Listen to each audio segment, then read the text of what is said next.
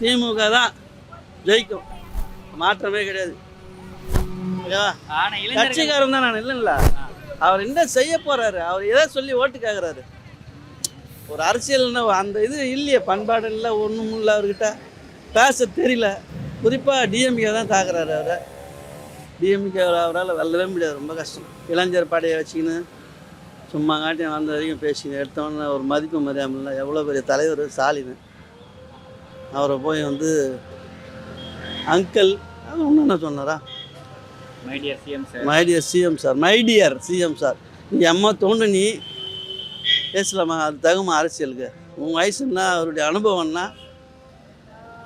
அது தவறு இல்லைங்களா, சொல்லலாம்.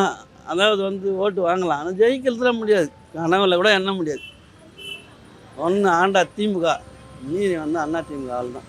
இது சாத்தியமாக இது வரும்போதே நம்ம முதலமைச்சர் சீட்டில் வந்து உட்காந்துக்கணும்.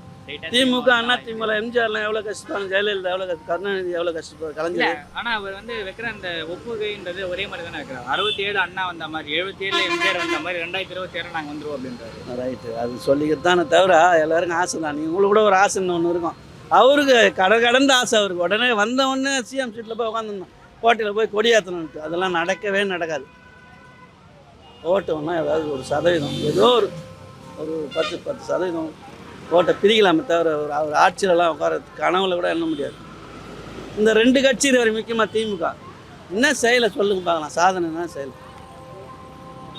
இவர்கிட்ட. இன்னும் வந்தாவனே பூர்த்தி இல்லைன்ற மாதிரி கம்ப்ளைண்ட்லாம் வைக்கிறார்ல, திருச்சி அறிவுலாம் வந்து அடிப்படை தேவைகளையும் பூர்த்தி பண்ணி வைக்கல. ஐயா, வர மாட்டேங்கிற மாதிரி கம்ப்ளைண்ட்லாம் குற்றம் நீ எவ்வளோ வேணாலும் சுமத்தலாம், இந்த அவர் மேலே நான் சொல்லலாம், சரி கிடையாது. அந்த ஆளுன்னு குற்றம் சொல்கிறதுக்கு 1000 வழி இருக்குது, சரியில்லை.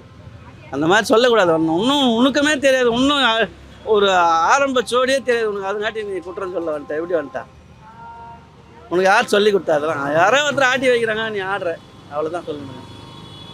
இளைஞர் பட்டாலும் கையில் வச்சுருந்தா விண்ணிட முடியுமா, சொல்லுங்கள் பார்க்கலாம்.